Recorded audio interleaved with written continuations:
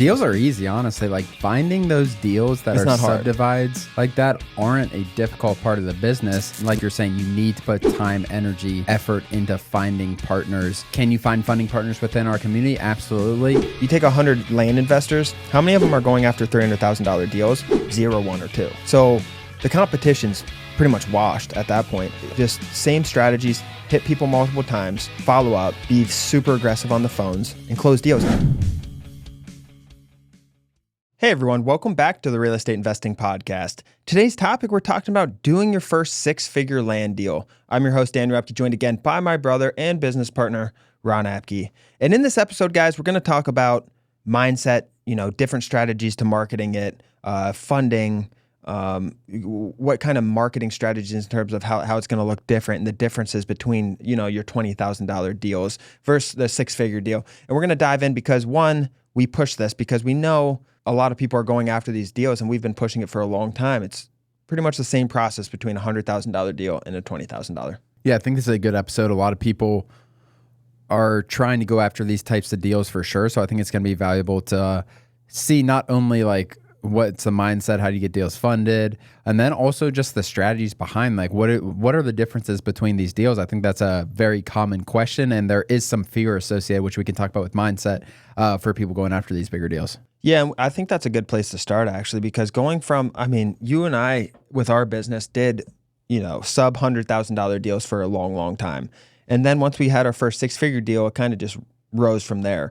And now we don't look at a $110,000 deal like it's anything different than our other deals. But when you look at our first business or early on in our business, that was a big deal, getting a $100,000 deal. Now it's not. Now that same equivalent might be like us getting a $1.5 million, how the mindset was. And we kind of worked into that. But really what it was is changing our whole business model, just getting more offers out there, changing our mindset with our salespeople, changing their KPIs to where we need X amount of, I remember one of our first goals we did with them, and I don't remember what year this was, but in their KPIs, it was getting X amount of deals over six figures under contract.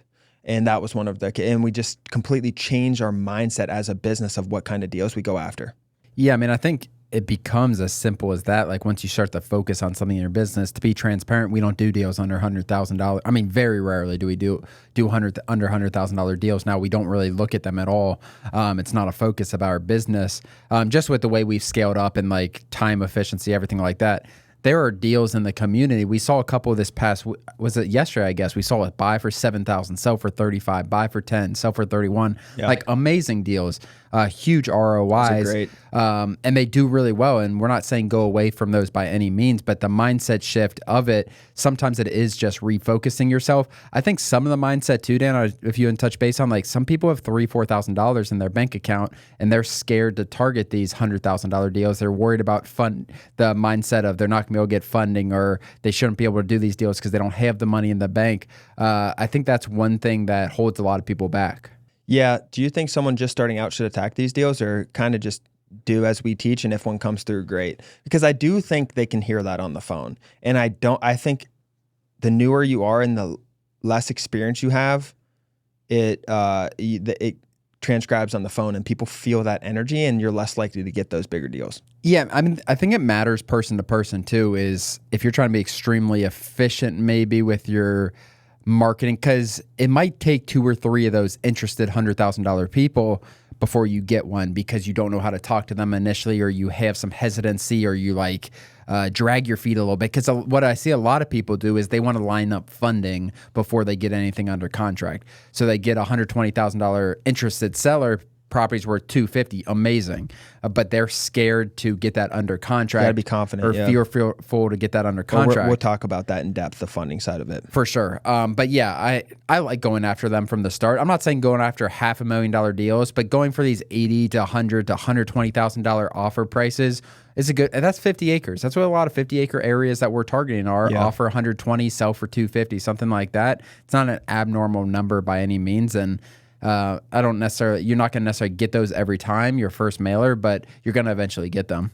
Yeah, it's almost like they're stepping stones. I think this, especially the mindset shift, is for someone who's done 2, 3+ deals. For sure. Like you've done, and you're confident with the deal, 5 to 10 deals. you're confident with the process, there is no reason you shouldn't be attacking these bigger deals.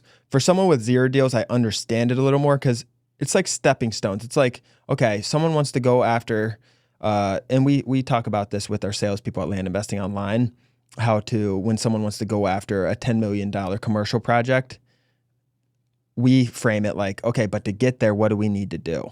I'm not going to go build the Eiffel Tower before I build my first building. Mm-hmm. So there are stepping stones to this business, and I think that's kind of one of them. I'm not saying you can't do a $100,000 deal if it's your first deal, but everything becomes a little bit more difficult. Yeah. Once you have a deal because you got to pitch it to funders. Oh, you haven't done a deal and you want me to put 150 grand into it.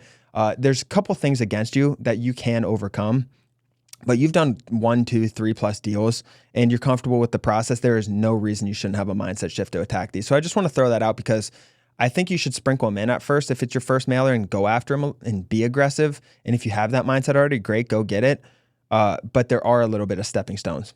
People think we're so against like smaller I don't know if people think this or not, but we talk so much about bigger deals. These small deals really keep people's businesses. And I see it all the time in Discord, singles, baseball terms, singles and doubles really keep people's businesses going. They add some money to their bank account. The home run's going to be like, okay, now I can afford X. I can, this is a down payment for whatever it is, maybe you can just hire your first full-time American employee, something like that. That's what those really big deals do. But we are not saying don't go after these buy for 10, sell for 25, buy for 15, sell for 35. Those deals are great. They make you a ton of money. There's so many interested sellers out there too. So I think it's just balancing in. Most people's first deals are that buy for 15, sell for 30. It's just a very natural first deal. And I think the hesitancy probably keeps them from their first deal being there's a mindset shift of that a lot of times. What do you mean? People coming in and saying, I can make $20,000 off one deal. Yeah. 15,000. Like that's a mindset shift in its own, let alone $100,000. That's why I think some of it just naturally leads up to it. You've done, because when we were at that point, we made that mindset shift. We're like, okay, we're doing tons of $30,000, $40,000, $50,000.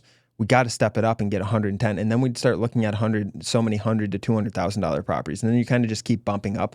But I do think in general, once you're comfortable with those smaller deals, if I went back, we already do it now with our business. We're not taking any sub $100,000 deals anymore.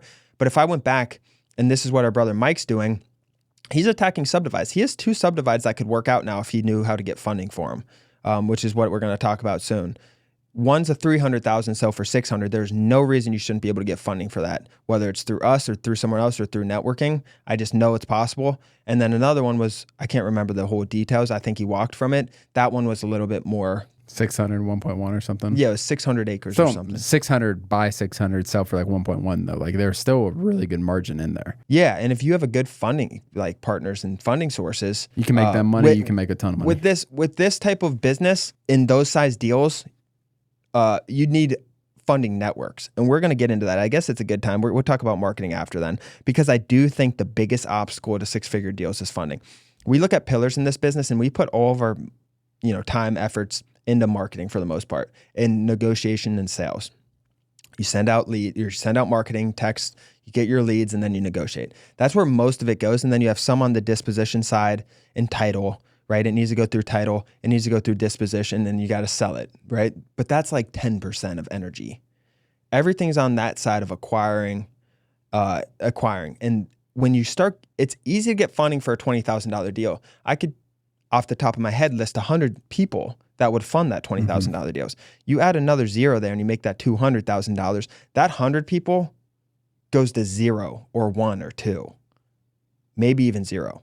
You know what I mean? So it's a lot harder to get funding. And I think my point here is funding becomes when you start attacking these deals, funding becomes the most important or the second most important tied to acquisitions in terms of how important it is to your business. Deals are easy, honestly. Like finding those deals that are subdivides like that aren't a difficult part of the business.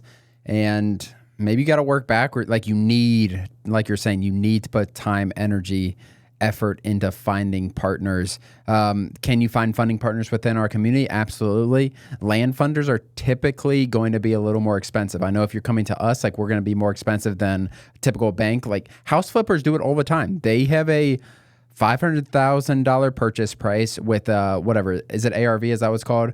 Adjusted retail or expected retail, whatever it is, whatever that is. And that $700,000 is expected once it's finished, and there's $80,000 of After rehab. yeah. So then you have $50,000 of financing. You have to pay the lender whatever the number is, and then you're left with $50,000 of profit or something like that. Those are real numbers, and those are the type of partners, money partners that you need to find to really, really scale this business, where the deal, like there, you can just, I'm not saying take tighter margin deals, but it gives you so much more opportunity in that. Like buy for 300, sell for 600. That's a great deal. You can also make with that buy for 400, sell for 600 work. And then it just opens up so many more opportunities. Yeah, but I mean with land investors too, like the relationships, because there's just, I would love a deal that buy for 300, sell for 600, 50% split. You make 150 grand each or so. You'd like that yourself, or being on the manager or funding side, or both?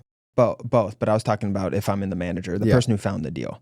That's good because there's no risk. You can go and you can find you got to find funding for that, but there's limited deal funding for these size. It just like you went from 200 people that would fund this deal, traditional profit split 50-50, to 0 or 1.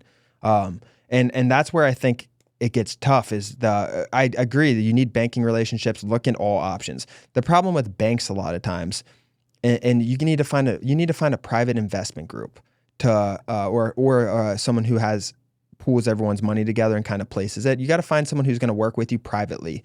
And whether that's because what happens if you have $300,000, it's a 12-month term, 18-month term, however you do it. The problem is you're going to have monthly payments from a bank. You can't do monthly payments unless you have something figured out. Monthly payments you're going to be owing $20,000 to the bank every month. And to pay it back. And that's where it gets really tough. So you need to find someone to work with you privately and structure it what works for this business. For example, maybe I want 18 months for this deal. I can pay it off early. There's no prepayment penalty. I'm going to pay you, investor, 1% origination fee just to give me this $300,000. I'll pay it when it sells. And then I'll give you 15% interest in 12 months. And or when the property sells, and prorate that 15% interest throughout the year. Or into buckets, maybe 0 to 90 days, I give you 5%, 90 to 180, I give you 10%, 180 to 360, I give you 15%, maybe however you want to structure it, but that's the type you need. But the key is here, I'm not paying you back monthly, I'm paying you back when it sells, when I know I'm going to have that cash flow influx, so it's not going to starve my business and put me in really bad foreclosure type of space. That situation's tough to find in land investors. Like where you're doing the 15%, that's where I think that's more of a bank relationship, even though it's not monthly payments. But yeah, if you're doing the bank, private investor, if you're doing the 50% and you have a like you almost like it's creating a business with them, like you find and sell the deals, they fund the deals, and you might have to do some stuff with your accountant. If you find someone with a lot of, that's the thing, you need to find people with money and then make something work, Dan. Like that's the biggest thing. I think the gap isn't necessarily the structure. The gap is people finding people with money, like people getting access to capital, and that's why it needs to be a big pillar. 100%. And the ceiling, if you're doing profit splits for the funder, is huge. Like Mike's deal, buy for 300, sell for 600, 50%. That's a 50% return for the person on their 300 grand. Mike makes 150 from selling and finding the property with no money out. So it's definitely a huge win-win for a huge win for the funder if you can do that. But you need to find people with money. Like that's the biggest thing. You need 5 to 10 different. I think you need a network, and you need 5 to 10 different funders for big deals, I think. And you guys can get creative with how you fund deals too. It doesn't all need to come from one spot. Mm-hmm. You can pool money together. If there's one thing I've learned from doing the mobile home deals, it's okay. They do some seller financing on it to get some money from the owner. Maybe the purchase price is $2 million. They get some seller financing, maybe $400,000. $600,000 comes from the bank.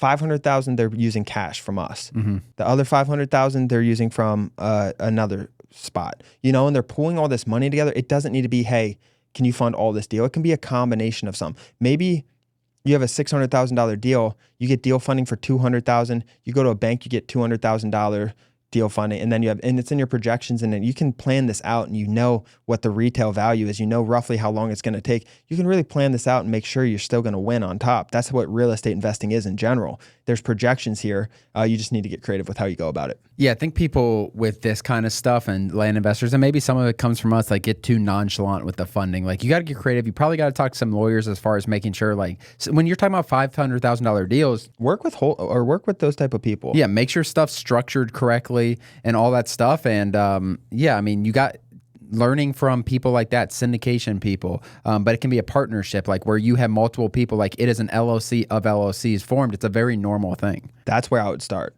If I wanted to get really creative with funding and how it works, you go to a syndication type of group and you just mentor someone or find someone who's done syndications or raised money for deals, and you just ask them and start asking them how they're forming this and ask them what they would do if they're in your situation, how they would raise money. Show them the returns. They're going to be like, oh, you're doubling your money here? You definitely should be able to get funding for this. You know, it's going to be like, you know, because you're talking about buying a $2 million mobile home, leveraging all these investors, that's going to be worth 2.5 in 2 years. Yeah. You know what I mean? You're looking at a deal that's 300, sell for 600. Let's find a way to make it work. Yeah. Whether some's through the bank, some's through seller financing, which I really like.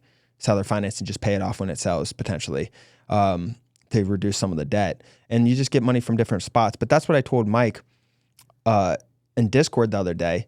I asked him how many man hours has he spent looking for funding and forming funding relationships and figuring out how to creatively finance, things like that. It's a pillar now. You got to attack it like that. The answer is probably 0 hours for him, which is fine because he's been doing the smaller deals, which is easy up to this point to get funding. But now you're leveling your business up. You need to level this pillar up with it. Yeah, you need some sharks, I think, as far as people with real money You just who get want one to or sit on two the rich sideline. people, yeah. You don't. It's not like there's plenty of people out there who have a couple $1 million sitting in the bank. They're just looking for, if they can consistently give you a couple $100,000 and get a 30% return year over year, like that's an amazing thing for them. Yeah, it's going to be in and out as far as money coming in, money coming out, but those big deals, buy for 300, they get a 20% return in 6 months. They're going to be happy. That's what we You're just gonna did be, with 550. What was that $500,000 purchase? Yeah, it's a $500,000 purchase. I think. Yeah, I mean, we had no money out of our pocket. We'll make a couple $100,000 or something like that. But yeah, there's definitely valuable. Let's talk about marketing though, Dan. So we talked about the mindset behind it, like getting your mindset shift. We talked about how you actually, and deal funding is partly a mindset as well, but how are we actually targeting those deals? Is it just kind of bulk? Do we need a complementary marketing strategy between texting, cold calling, mail? What do you think? Project-based stuff? Yeah, I mean, it depends what you're doing. For these deals, like Ron said, it's pretty easy to get $300,000 deals, especially if you start doing subdivides and things like that. I like a multifaceted approach always. Mail is always the place to start for these higher deals because you got to realize, just like out of those 100 people, 0, 1, 2 of them have funding for this. You take 100 land investors, how many of them are going after $300,000 deals? 0, 1, or 2. Yeah. So the competition's pretty much washed at that point. So I think I would start with mail. You can do some text and cold calling as well. I think I don't want to say it's irrelevant, but just same strategies, hit people multiple times, follow up, be super aggressive on the phones, and close deals. When you're doing subdivides, Mike, our brother who has that $300,000 deal, that market value is $300,000. Yeah. He's just splitting it up and now it's $600. You know, so he sent offers out market value, right? Yeah. I mean, close to it. I mean, I helped, I was pricing with him and I wasn't necessarily trying to be at market value, but you get up to those higher acreages, like you don't know what the hell market value is, to be honest. Like some of those higher acres, there's no comps. There's no comps in these areas, so you really don't know. But I can tell you what 10 acres is going to sell for, and that's kind of what that comes out to be. That's where it gets nerve-wracking, though. Well, going back to the funding side, is if you price at market value and you get debt, all of a sudden you're underwater in a deficit. Yeah. Because your debt's bigger than your asset. That's where it gets a little scary for me. That's why I'd like to be at 80% so I can always wash them both out at once. If you did raise money on the outside, but that's the only hesitation there. His after improvements and everything, it's going to be worth 600. So we know he's going to make money, but it's leveraging debt. Can he go to a land loan, a bank, and get a land loan on something that he's market value on and be safe at an 8, 10%, 12% loan? Maybe not. Mm-hmm. Going back, like, do you think people can get land loans for this stuff? Like, yeah. You think so? But then you pay a bank You pay monthly payments. Yeah. Yeah. But going into that, as far as getting your first one, like Dan said, it's Using a multifaceted approach, I think, is valuable for sure, but that's the same thing as getting a $20,000 deal. Like sending a piece of mail, then sending a follow-up text is great. Targeting subdivides, if you're trying to do it that way, is great. Like all these different, there's so many ways. We're just talking about getting your first six-figure deal. The main thing about getting your first six-figure deal is send marketing for six-figure deals. Like that's at the end of the day. Like you need to break through if it's a mental barrier to get that marketing out the door, and then just do things the same, honestly. Talking to these people is pretty similar. Yeah, I wouldn't change anything up besides your offer price. I mean, you can raise that from 45% to, depending on your funding situation and what you plan on doing. If you're doing subdivide, you can raise it up to 80%. If you're just going to buy and flip, keep it around 50%. With these deals, though, when you're attacking bigger deals, a lot of times you want to look for improvements in general. Yeah. For doing bigger deals, for me, it's a lot of subdivides. That's what I would do. I agree. Yeah. I mean, even if there's minimal subdivides, they don't have to be breaking up into, Michael's is pretty big. I think it might be 9 parcels he's breaking up into 10. But other people, like, it might be more than that. But other people are breaking 20 acres. One we saw with Dylan. Dylan's breaking 20 acres into 2 10-acre parcels. He's going to turn $200,000 purchase into like 410, 415, which is a very simple subdivide, just cutting it right through the middle. So that's so many an expensive area. Yeah. There's so many different approaches for this. If you can find an area where 2, 3, 4, 5 acres is almost double the price per acre as 10, 20 acres, you're in the best subdivide areas in the country. Mm-hmm. That's like Dylan's. 10 acres was worth 180 and like 20 acres is worth like 250 or something. Is that what it was? 10 acres might have been worth more than that, actually. I think 10 acres was like the lowest we saw was 180. I think we saw up to like 250. And he was buying 20? He was buying 20, and 20 was worth like 300 or something. Like it wasn't anything. 20 might have been worth 12, 13,000 an acre, and 10 acres was worth like 20 almost. Yeah, when you find situations like that, because then you're immediately just chopping it in half and you're getting $8,000 per acre more, if that makes sense. So those are the areas I'd look for.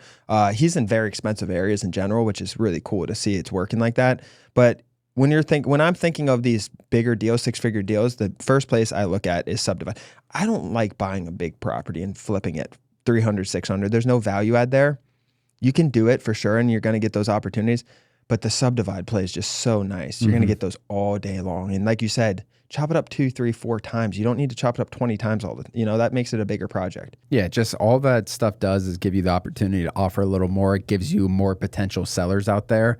And deals are there's so many deals out there to be had. Yeah. Other than that, guys, I don't have anything else. You good, Dan? No, I think we're good to go. Other than that, guys, hit subscribe if you're watching on YouTube. Hit the like button. We really appreciate it. If you're watching on Spotify or listening on Spotify or Apple, share this with a friend. Leave us a review. It helps so much. Thank you so much. We'll see you next time. Thanks for joining, guys.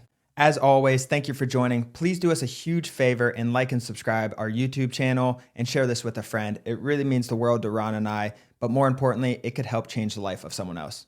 Thanks for joining, and we'll see you next episode.